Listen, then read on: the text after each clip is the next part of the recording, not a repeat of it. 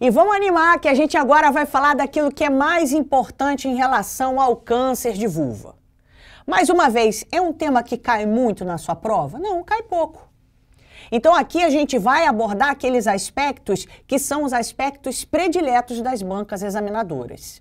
E de antemão, vamos dividir então o nosso bate-papo aqui nesses aspectos principais. Vamos começar falando dos fundamentos teóricos que são importantes para a gente entender como é que se manifesta o câncer de vulva. E aí, do ponto de vista epidemiológico, a primeira coisa que eu quero chamar a sua atenção é que ele representa 4% das neoplasias malignas do trato genital inferior. E um detalhe importante é que é a quarta neoplasia ginecológica mais prevalente. Agora, detalhe importante para a gente entender aqui. Você precisa ter uma noção da anatomia da vulva. E por que isso é importante? Porque eu preciso saber quais são os pontos em que eu tenho a maior prevalência dos cânceres de vulva. E aí é só você entender o seguinte: a pele dos lábios representa a localização mais típica dessa malignidade. Mas a gente pode ter em outras localizações? Pode. A gente pode ter lesões no clitóris, a gente pode ter lesões nas glândulas vestibulares, que são as glândulas de Bartholin. Então, é importante mencionar que isso pode acontecer, mas é mais raro. A maioria das lesões vai se situar exatamente na pele dos lábios, seja o grande lábio, seja o pequeno lábio. Beleza? Vamos adiante. Outro ponto importante é a gente chamar a atenção do ponto de vista de prevenção. E aí, quando a gente vai mencionar a prevenção, obviamente a gente vai começar falando da prevenção primária. E aí, quando a gente pensa em prevenção primária, a gente está falando aqui da vacina do HPV. A vacina, né, que é mais utilizada na prática clínica, que é a quadrivalente, que provê cobertura para os dois tipos não oncogênicos, 6 e 11, e para os tipos oncogênicos, 16 e 18. E por que essa prevenção primária é importante? Porque a gente tem uma diminuição de lesões pré-malignas não cervicais também. Incluindo aí, a gente está falando da vulva, então incluindo a SNIV, por exemplo. E aí lembra que a gente está falando daquela lesão de alto grau, da NIV do tipo usual, né? Era a forma em que a gente chamava essas lesões de alto grau que estão associadas ao HPV. Beleza? Outro detalhe importante, quando a gente pensa em prevenção secundária, uma grande dúvida: faz rastreamento, não faz rastreamento? Não faz rastreamento. Por quê? Porque até o momento a gente não identificou nenhum método diagnóstico que seja custo-efetivo, que diminua a mortalidade e que permita um diagnóstico mais precoce para mudar e diminuir a mortalidade da paciente. Então é por isso que a gente não preconiza o rastreamento do câncer de vulva. Agora, o que está implícito? A paciente tem algum sinal e sintoma que ela julga que está fugindo da normalidade, ela tem que procurar ajuda especializada. Por quê? Porque eu posso me deparar com lesões pigmentadas ou úlceras irregulares, ou então, naquela paciente que tem uma queixa de um prurido vulvar crônico, essa paciente tem que buscar um acompanhamento especializado. Por quê? Porque aí sim, a gente pode surpreender alguma lesão que mereça uma avaliação histopatológica. E aí, nesse contexto, a gente vai acabar diagnosticando essa lesão e conduzindo de uma forma mais precoce a parte terapêutica dela. Mas o rastreamento não é preconizado, beleza? Assim como não é preconizado para o câncer de ovário, como não é preconizado para o câncer de endométrio. Maravilha? Vamos adiante. Em relação à prevenção terciária, o que a gente faz? A gente vai fazer um manejo das lesões pré-malignas. É isso que consiste nessa abordagem, né, nessa prevenção terciária dessas pacientes. Da carcinogênese, me permita mais uma vez chamar a sua atenção para um aspecto que a gente comentou quando falou de NIV, mas que mais uma vez aqui se torna importante. Então lembra que a gente se depara com dois tipos de lesão. Uma lesão dermatológica benigna que independe do HPV, e eu estou falando aqui do líquen escleroso, que é aquela mácula hipocrômica, e lembra que ela vem muito associada a um prurido vulvar crônico, e de outro lado eu me deparo com a infecção pelo HPV pelos tipos oncogênicos 16 e 18. Beleza. Agora, lembra que quando eu tenho uma lesão oriunda de um líquen escleroso, eu posso ter uma evolução para uma NIV diferenciada. E por outro lado, quando eu tenho uma infecção por um HPV de alto risco oncogênico, obviamente eu posso ter uma lesão de alto grau, que é a antiga NIV do tipo usual. A gente já conversou sobre isso. E por que isso é importante do ponto de vista da carcinogênese vulvar? Pelo resultado final oncológico. Percebe o seguinte, aquela lesão que vem de um HPV oncogênico, olha só o resultado dela, é um carcinoma indiferenciado. Agora, pensando naquela lesão cuja origem é de um líquen escleroso, nota lá que eu estou diante de um carcinoma bem diferenciado. Então, por isso que é tão importante que a gente tenha uma noção da onde vem a NIV. E aí não esquece que essas lesões de alto grau estão associadas aos HPV oncogênicos, que coincidentemente são os mesmos do colo, 16 e 18. Tá? Vamos lá. Vamos pensar do ponto de vista diagnóstico. Como é que a gente chega ao diagnóstico? E aí, quando a gente pensa em diagnóstico, obviamente, a gente vai focar na anamnese e no exame físico. O que eu vou pensar do ponto de vista de anamnese? Fatores de risco. E quando eu penso em fatores de risco, eu estou de olho na infecção pelo HPV. Eu estou de olho na história de um líquen escleroso. Eu estou de olho em uma paciente que já possa ter tido um quadro de NIV. Eu estou de olho numa paciente que possa ser tabagista. E a gente chamou sua atenção que existe um tipo de NIV que se associa ao tabagismo, que são as HPV induzidas. Lembra disso? Em que a gente tem destruição das células de Langerhans vulvares. Então não esquece. E um outro detalhe é a história prévia do câncer de colo. E a gente sabe que ele está mais associado aos tipos oncogênicos 16 e 18. Então, isso aqui já te dá uma dimensão em relação ao tipo de NIV que pode estar associada ao câncer que a paciente eventualmente apresente. Lembrando que aquela que é a lesão de alto grau está, obviamente, associada aos HPV oncogênicos. Em relação ao quadro clínico, o que sempre chama a atenção? Prurido vulvar crônico. Então, aquele prurido que a paciente tem persistentemente é um critério que merece uma avaliação. E aí, o que eu posso ter mais tardiamente? Aí eu posso ter uma massa tumoral, eu posso ter sangramento ou, quiçá, uma lesão já ulcerada ou até mesmo vegetante.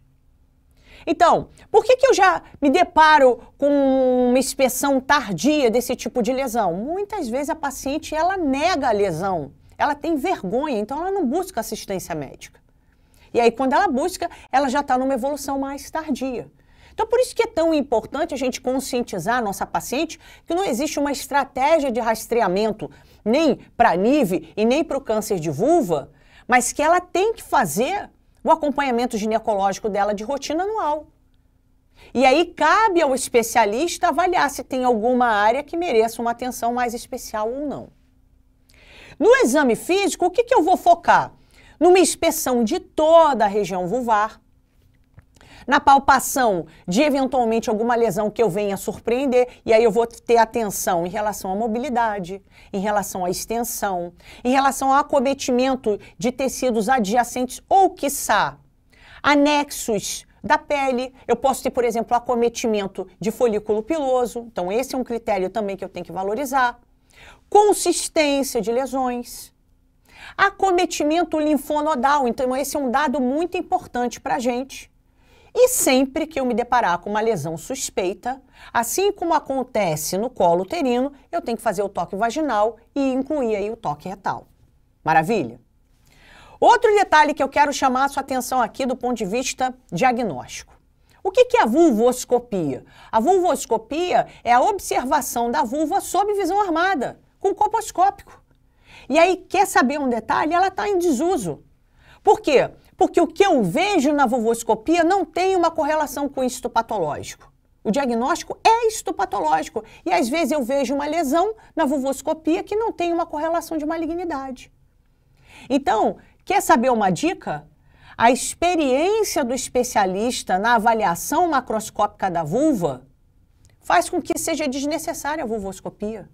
Então, ela não é necessária para a gente avaliar uma lesão. Por quê? Se eu me deparei com uma lesão suspeita, muda o fato de eu achar que na vulvoscopia ela não é tão suspeita assim? Não, eu vou ter que encaminhar essa paciente para avaliação histopatológica. Ou eu mesma vou conduzir a biópsia.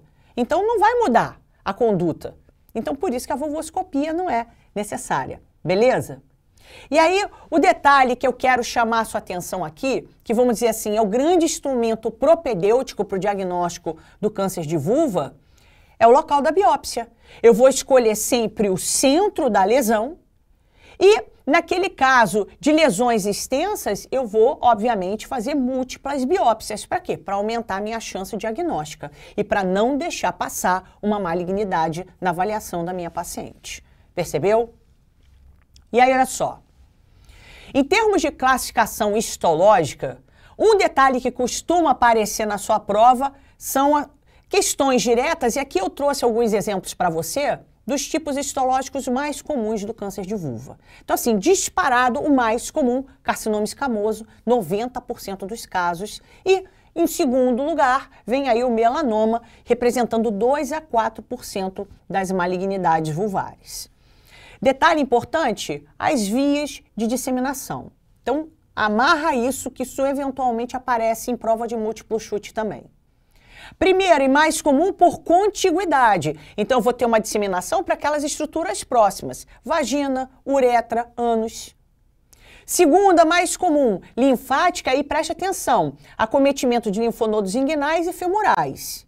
E aí, fechando do ponto de vista hematogênico, eu estou focando em quê? Fígado, pulmões e ossos. Beleza? Um detalhe que eu quero amarrar aqui com você é esse aqui. Olha essa questão. Eu tenho uma paciente de 85 anos, nota aí que é uma paciente idosa, com prurido vulvar intermitente e observa, tem uma lesão ulcerada de 1 centímetro no grande lábio direito. Olha só o que a questão quer saber. O que a gente espera encontrar no exame histológico? Ora, eu tenho uma lesão ulcerada, eu tenho uma suspeição para câncer? Tenho. Qual é o tipo histológico mais comum do câncer de vulva? A gente acabou de falar aqui. Carcinoma escamoso, 90% dos casos. Resposta da questão. Então, esse é o tipo de questão que costuma aparecer na sua prova. Olha o outro detalhe aqui. Os linfonodos mais frequentemente acometidos em relação ao câncer de vulva. Lembra que quando a gente faz o exame físico da nossa paciente, na vulva a gente vai fazer a inspeção estática da vulva, a inspeção dinâmica da vulva e depois a gente faz a palpação dos linfonodos inguinocrurais? Tá aí a explicação daqueles que são mais comumente acometidos. Nota aí que são os inguinofemorais. Então, tem assim, e aí traçando um paralelo, quando a gente se depara com aquelas pacientes com infecções sexualmente transmissíveis, quando a gente tem a linfadenopatia, exatamente são os inguinofemorais que a gente costuma perceber com um grau de acometimento num processo infeccioso benigno. Então, são os mesmos que vão ser comprometidos num caso de malignidade. Beleza? E aí sim, olha só, a gente vai para a parte árida, que é do estadiamento, e de antemão eu vou te tranquilizar, porque o que costuma aparecer na sua prova são os estádios mais iniciais. Então lembra, estádio 0 é sempre o carcinoma in situ, então não tem uma invasão da membrana basal. Agora, o estádio 1, T1, N0, M0, entende o seguinte, eu tenho um tumor que está confinado à vulva da minha paciente ou ao períneo, e observa um detalhe aqui que é crucial, o diâmetro da lesão é menor ou igual a 2 centímetros. E mais do que isso, aqui eu não tenho acometimento linfonodal. E isso é importante, por quê? Porque nota que conforme eu tenho uma invasão estromal menor ou igual a 1 milímetro ou maior do que 1 milímetro, vai fazer a distinção entre um A e um B. Então, no A, obviamente, eu tenho uma invasão estromal muito diminuta, menor ou igual a 1 milímetro, e já no B, eu já tenho uma invasão estromal maior do que 1 milímetro. Percebeu? E aí, olha só, no estádio 2, olha o que acontece. Eu tenho um tumor que é confinado à vulva ou períneo, mas olha o tamanho da lesão. Esse diâmetro é maior que 2 centímetros. E ainda eu tenho linfonodos inguinais negativos aqui. Vamos dar um passo adiante para a gente amarrar os estádios mais avançados. Entende o seguinte? Olha só, no estágio 3, eu tenho um tumor de qualquer tamanho que pode comprometer uretra, ou vagina, ou ânus. E nota que eu já tenho um comprometimento dos linfonodos unilaterais. Esse estadiamento aqui é o mais complexo de você memorizar. Por sorte, ele cai pouco. Porque, olha só, se eu tenho a invasão de um linfonodo maior do que 5 milímetros, ou então de 1 ou 2 linfonodos menor do que 5 milímetros, eu tenho um 3A. Agora, observa, se eu tenho 2 linfonodos maiores do que 5 milímetros, ou 3 ou mais linfonodos menores do que 5 milímetros, eu tenho 3B. E aí, para fechar, se eu tenho linfonodo positivo já com invasão extracapsular, aí eu já tenho um 3C. E aí, fechando, para a gente se deparar, por fim, com o estágio 4, com o estágio mais avançado.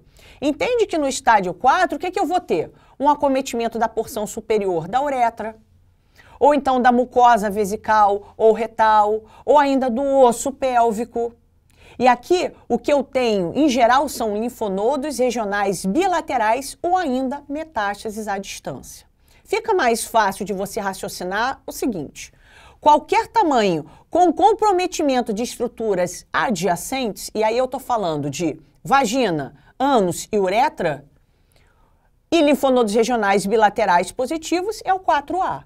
Agora, se eu tiver qualquer metástase à distância, incluindo linfonodos pélvicos, eu estou falando do 4B. Então, vamos dizer assim, aquele estadiamento, né, que é mais complexo de ser memorizado, acaba que é o estágio 3. O estágio 4, é só se lembrar aqui, o 4A mais estruturas adjacentes, o 4B já um processo mais à distância, lembrando ainda que os linfonodos pélvicos se incluem nesse acometimento à distância.